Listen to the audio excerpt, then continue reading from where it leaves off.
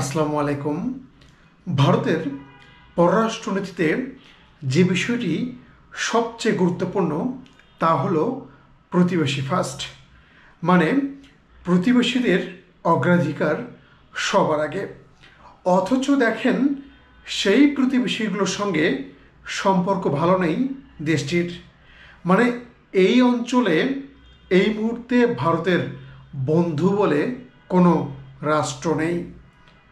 শুরুটা যদি করি চিরপ্রতিদ্বন্দ্বী পাকিস্তানকে দিয়ে, তাহলে পাকিস্তানের সঙ্গে 1947 সালের পর থেকে ভারতের সম্পর্ক ঠিক যেরকমটি ছিল এখনও তেমনই আছে। বিশেষ করে কাশ্মীরকে ঘিরে পাকিস্তানের সঙ্গে ভারতের যে উত্তেজনা, সেই উত্তেজনা নিরসনের কোনো সম্ভাবনাই নেই বললেই ভালো হয়। অন্যদিকে চীন, এশিয়া মহাদেশে চীনের একমাত্র প্রতিদ্বন্দ্বী যদি বলা হয় তা হলো ভারত। সেই ভারতের সঙ্গে চীনের সীমান্ত নিয়ে দীর্ঘদিন ধরেই কিন্তু উত্তেজনা চলছে। মানে দুইজনের মধ্যে একটা বৈরী সম্পর্ক এই মুহূর্তে অবস্থান করছে। এরপরে ভারতের কোল ঘেঁষা, মানে ভারতের লাগোয়া যে দেশগুলো আছে সেই দেশগুলোর আর একটা দেশ নেপাল। সেই নেপাল কয়েক বছর ধরেই কিন্তু ভারত বিরোধী মনোভাব প্রকাশ করছে। নেপালিদের মধ্যে ভারত বিদ্বেষী একটা মনোভাব লক্ষ্য করা যাচ্ছে। বাদ নেই ভুটানও। ভুটানের সঙ্গে ভারতের সম্পর্ক ভালো, এই কথাটা নয়াদিল্লি দাবি করলেও রাজনৈতিক বিশ্লেষকরা কিন্তু তা বলতে নারাজ।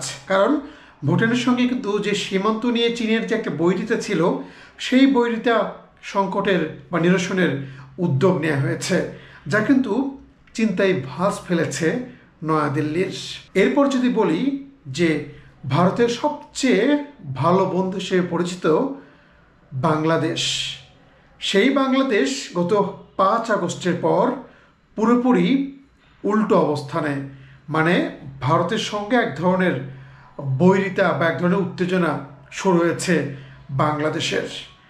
ভারতের কোনো কিছুর প্রতিবাদ জানিয়েছে বাংলাদেশ, কিন্তু অন্তর্বর্তীকালীন সরকার ক্ষমতা নেওয়ার পর আমরা দেখেছি যে পররাষ্ট্র মন্ত্রণালয় থেকে ভারতের কোনো বিষয়ে সরাসরি প্রতিবাদ জানানো হয়েছে।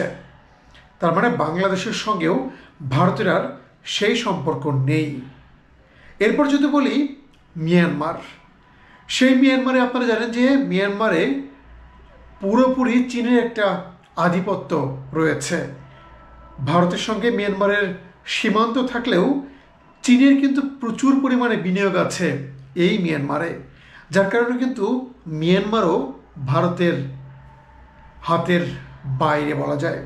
এরপর সম্প্রতি একটা দেশে নির্বাচন হয়ে গেল, সেটা হলো শ্রীলঙ্কা, এবং সেই নির্বাচনে ক্ষমতা এসেছে বামপন্থী দিশেনায়ক সরকার। সেই দিশেনায়ক সরকার কিন্তু পুরোপুরি চীনের প্রতি আনুগত্যশীল। তার মানে শ্রীলঙ্কার সঙ্গেও ভারতের একটা বৈরিতা কিন্তু লক্ষ্য করা যাবে হয়তো খুব দ্রুতই। এরপর যে দেশটির কথা বলবো সেই দেশটি মালদ্বীপ। যে মালদ্বীপ একসময়, মানে কয়েকদিন আগেও একদম ভারতের আনুগত্য প্রকাশ করত, সেই মালদ্বীপ পুরোপুরি ইউটার্ন নিয়ে চীনের দিকে ধাবিত হয়েছে। মৈজু সরকার পুরোপুরি চীনকে সমর্থন দিয়েছে। আপনারা জানেন যে মালদ্বীপে যে ভারতের সেনাগুলো ছিল তাদেরকেও কিন্তু তারা সেখান থেকে বিতাড়িত করেছে। এই নিয়ে কিন্তু মালদ্বীপের সঙ্গে ভারতের খুব বৈরী একটা সম্পর্ক চলছে। যদি বলি আশপাশের, ভারতের আশপাশে যে দেশগুলো পাকিস্তান, চীন, নেপাল, ভুটান, মালদ্বীপ, শ্রীলঙ্কা, বাংলাদেশ, মিয়ানমার, এই কোনো দেশের সঙ্গে কিন্তু ভারতের ভালো সম্পর্ক এই মুহূর্তে নেই। এই মুহূর্তে সবগুলো দেশের সঙ্গে ভারতের একটা বৈরী সম্পর্ক চলছে। আর এর জন্য ভারতের যে প্রধান বিরোধী দল কংগ্রেস, তারা কিন্তু মোদির সরকার বা বিজেপি সরকারকে দায়ী করছে। তাদের অভিযোগ, মোদি সরকারের কারণে কিন্তু প্রতিবেশী দেশগুলোর সঙ্গে খারাপ সম্পর্ক হচ্ছে ভারতের। শুধুমাত্র প্রতিবেশী দেশগুলো না, আপনারা জানেন যে কানাডার সঙ্গেও ভারতের একটা বৈরী সম্পর্ক অলরেডি শুরু হয়েছে।